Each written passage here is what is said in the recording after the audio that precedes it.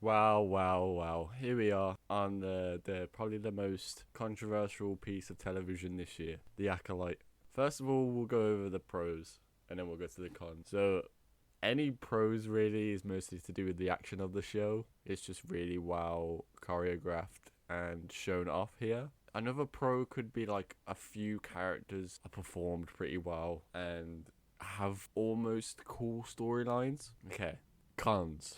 There's a lot. We'll gloss over them, we won't go into detail because I'll do that for later. So we got bad writing, an absurd amount of stupid cameos, bad characters, not very good cinematography, and just generic. It's a bit generic. It's like everyone really would rate this probably like a 6 or 7 out of 10 bar generic.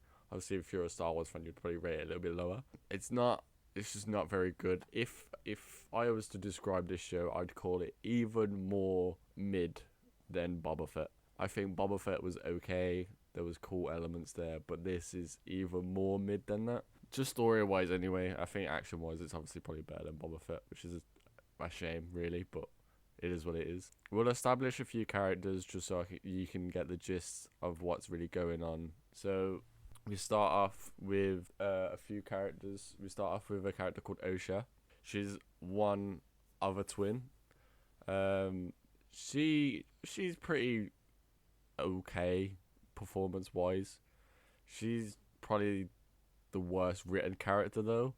I think they really the twins in general are both pretty badly written, which is annoying because they are the main characters, which is stupid because it shouldn't be like that, especially for a main character to be written poorly. You've already shot yourself in the foot. We've got Master Soul, which is like the main Jedi character, I guess. Again, really well performed, but just loses a sense of story with him. I think he has some cool ideas conceptually, but it's just poorly made here. They just really dropped the ball with his character, which is a shame because I like the ideas that they were trying to do. A few other Jedi, we have Trinity from the Matrix. That was a massive, stupid decision for what they did with her character. Yord, worst character in all of Star Wars, in my opinion. Every time he was on screen, I was just like, please, just shut up. Daffy Keen's character, she was alright. I think she's probably the second best Jedi in the show. I know what they do with her character as well. Kal Naka is the Wookiee Jedi. Cool, I guess. Torbin is like a Padawan. He's okay. Every character is really okay, and then you have the witches. They're okay, I guess. They don't communicate with each other throughout the show, and that's what leads to a lot of stupid decisions and stuff. That's what I see as bad writing. If your character is not communicating real simple information to one another, that if you don't do that, it will lead to stupid shit. It's that sort of level. But it's like they had the time to say that information. Again, action wise, I think it's really well choreographed. I don't think there's a bad fight. There's worse fights, and some of the context behind the fights are pretty bad. But I think they're very flashy, they're very well choreographed, and very entertaining. Especially there's a big one in episode 5, which I really enjoyed. I think that's probably my favourite one. And it is, like, I would argue some of the best lightsaber fighting that we've had in a long time, which is annoying because it's, like, in this show. There's some lore that I also enjoyed. So some of the lightsabers are very big in this. The hilts are like huge, which I kind of like the idea of that being like how the lightsabers were back then. Obviously they look a lot more thin in the prequel trilogy and onwards. So having the lightsabers be huge back then shows that like the progression and how lightsabers have changed and been made differently, which I thought was cool. That's pretty much it on lore that I enjoyed, to be honest. I think there's probably a few other things that I could probably come up with eventually, but yeah, nothing really sticks out. The main characters that I liked were Master Soul. Is that really it? That could be it. The Sith was kind of cool, I guess. Yeah, that's probably about it. Master Soul and the Sith are probably the coolest characters in the show. I think there's no one really that has much story behind them that's decent. I think everyone else is kind of weak in that aspect. No one really progresses the story as much as them two. Well, I guess the twins progress the story, but not in a good way. Master Soul is probably the only one that progresses the story in a good way, and the Sith as well, through the fighting, of course. Characters that I really hated Obviously, Yord, I've already talked about that. Fuck that character. I just hate his character. It's just shit. It's like, who came up with that character? The twins can be pretty bad at times. Again, the twins are well performed, which is what annoys me sometimes. But it's like, it's just destroyed by bad writing. It's such a shame. The whole show as a whole is just destroyed by the writing. I think it could have been something okay. Obviously, there's a few like cinematography and like set pieces and costume design that's fall short. A bit like Obi-Wan did. I think Obi-Wan looked pretty ugly, to be honest. And it feels the same here. That could be okay if it had good writing, I guess. Overall, it's just generic. It's just really mid. And if I was to rate it, I'd probably give it 4 glup shittos out of 10. In the next part of this video, I'm going to go over spoilers now. So if anyone wants to be spoiled, I guess stay. But if you don't want to be spoiled, spoiler alert, leave the video now. You probably won't give a fuck. Okay, so episode 1 and 2 establishes Osha and May as characters, and obviously we get Soul. We see all the Jedi, and we see Osha and May. That's pretty much how it starts. Episode 1 and 2 shocked me. I went into this show with really low expectations, and I was hopeful. I watched these first 2 episodes and was like, okay, this show has potential to be decent. Not like amazing, but decent, like enjoyable to watch. But then it quickly falls off with episode 3. Episode 3 is like a flashback scene. So they discuss Osha and May's backstory and how the Jedi met Osha and May, basically. They establish some story beats here that I think are just wrong to do. I think it really destroys the original 6 films, which is annoying. They explain in episode 3 that Osha and May are kind of made by the Force, which is dumb, because if they're made by the Force, well, does that mean they're the chosen ones in this timeline? Like, the only person that was created by the Force at this point in Star Wars was Anakin. So I feel like now that they're adding more characters to that, kind of ruins Anakin being the chosen one almost. What does it mean for these 2 characters to be made by the Force? Were they manipulated, or was it the Force themselves that created them?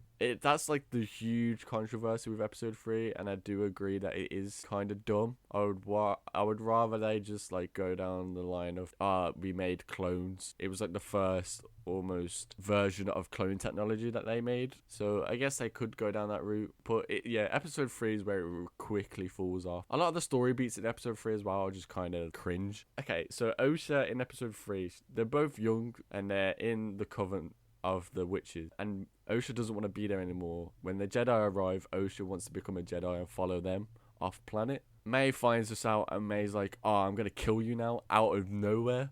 These are twins, by the way, and May's just out of nowhere, I'm gonna kill you now, and burns down the whole coven and kills most of the witches, we assume at this point, which is just, I think a lot of the story beats in this just don't really make any sense. There's a lot of like, a character will be so sole focused on one purpose and then quickly change their mind out of nowhere, especially in episode 4. Episode 4 is boring. It's literally walking simulator. There's nothing going on for a while, and there's one bit in episode 4 that is so dumb. May's character talks to her like sidekick, or like, I forgot his name. He's like a doctor or something, or like some poison maker. And she's like, oh, I don't want to do this anymore. I'm going to tell the Jedi and Osha that I'm okay and tell them about the Sith.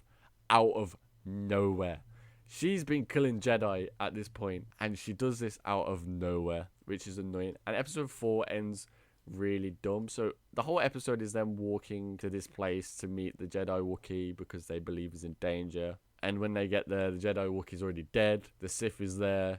And the Sith pushes them all the way, and then the episode ends. That's it. All of that happens in like 5 minutes of like a 30-minute episode. So the rest of the episode is just walking. Episode 5 is the best episode of the show.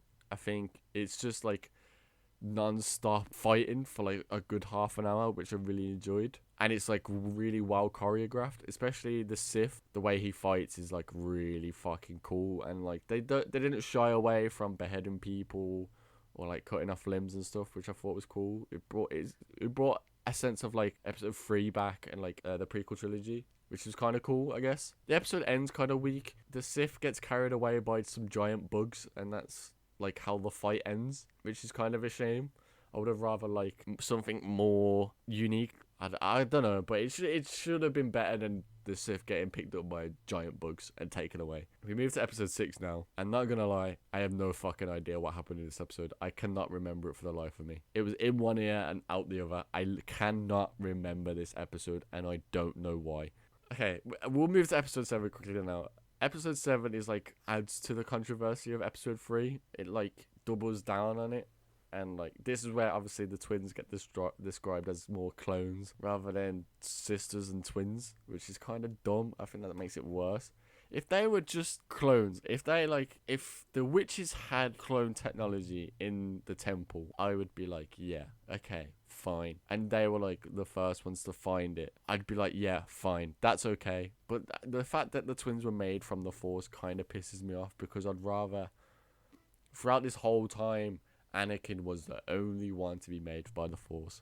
And at this point, 2 new characters have been added. Why? It makes no sense. It tarnishes Anakin's legacy, in my opinion. There's a lot of stuff that happens in this episode that is really senseless and bad writing, especially from the Jedi point of view. I won't get too into it because it's just going to get really messy if I carry on. We'll go to the finale. The finale, really undersatisfying. Not very good. Felt like no characters' story was really unique. There's a lot of stuff in the finale that I thought was weak. There's a scene with Osha where she finds out that Sol killed her mother. She chokes out Sol with the Force. Sol at this point has had a fight with the Sith. The Sith threw away his lightsaber. Osha picks up his lightsaber, chokes out Sol after she finds out he killed her mom. Sol's now dead. The Sith says something, and then Osha pulls out the lightsaber and then turns it on, and the lightsaber quickly goes from blue to red. I think what they've done in this aspect is use lore that's not really established properly and established it for their own sake. So we never really see how you crack a normal crystal and bleed it to red. But the fact that Osha did it in like a matter of seconds is kind of annoying, because Anakin kills the whole Jedi Temple and like kills younglings, and his lightsaber does not turn red one bit. You don't even see when his lightsaber turns red, and he has a whole new lightsaber in episode 4 anyways. It doesn't happen that fast, and they've suited the lore to their story, which kind of pisses me off, because your story is not very good to begin with, so why are you trying to do this? And we'll get into the big thing that pisses me off about this show is, again, Star Wars needs to stop this, because they're gonna go down the Marvel route at this point, which they already are. They need to start with the fucking stupid cameos. There's too many in this show. There just shouldn't be any, really. We'll go one by one. So the first one is Ki-Adi-Mundi. There is no need for him to be in this show at all. He's in it for a bit. He does nothing to progress the story, really. You could have took him out and the story would have still carried on the same. It's just pointless. Also, the fact that apparently he's meant to have a human life expectancy. If this is set 300 years before episode 1, guy is not born yet. Again, don't use cameos that are pointless. The second one, which pisses me off the most, is Darth Plagueis. Why? The way he's shown off here is like really cringe. He's like an emo kid. He like peeks around the corner in all the darkness and he's like, "Oh, Darth Plagueis, we're meant to go." Oh, no way. Why? What's the point? You're ruining his character, because we've never heard, other than the book really, which isn't canon anyway, we haven't really heard who Darth Plagueis is, what he is. His lore is so mysterious, and we only really have Palpatine's "Have you heard of the tragedy of Darth Plagueis the Wise" story? That's the only thing we can go off to like know his character, which I thought was cool. I would rather his character never be explained. The way he's described is he's like a really powerful being in all like most of Star Wars. So if he was alive, obviously he would be fucking ripping shit up. So the fact that he's dead and we have that mysterious story behind him, I think that's perfect. And the fact that they're trying to like now weave him into live action Star Wars really pisses me off. And the last cameo, again, it's just kind of pointless. There was no need. It was just like, it was actually like a Marvel cameo. It was like, "Oh no, Yoda, yay." Doesn't even speak one word, and you only see the back of his head. It is pointless. Actually dog shit cameos. They just need to start with these fucking cameos now, because it's pissing me off. This show as a whole, again, 4 out of 10. Not great. Pretty let down by it. I wish there was more to it. I didn't really have high expectations from the trailers anyway, but I just wished it was maybe a little bit better. Maybe it's 6 or 7 out of 10, but I guess not. Anyways, that's my review Okay, bye.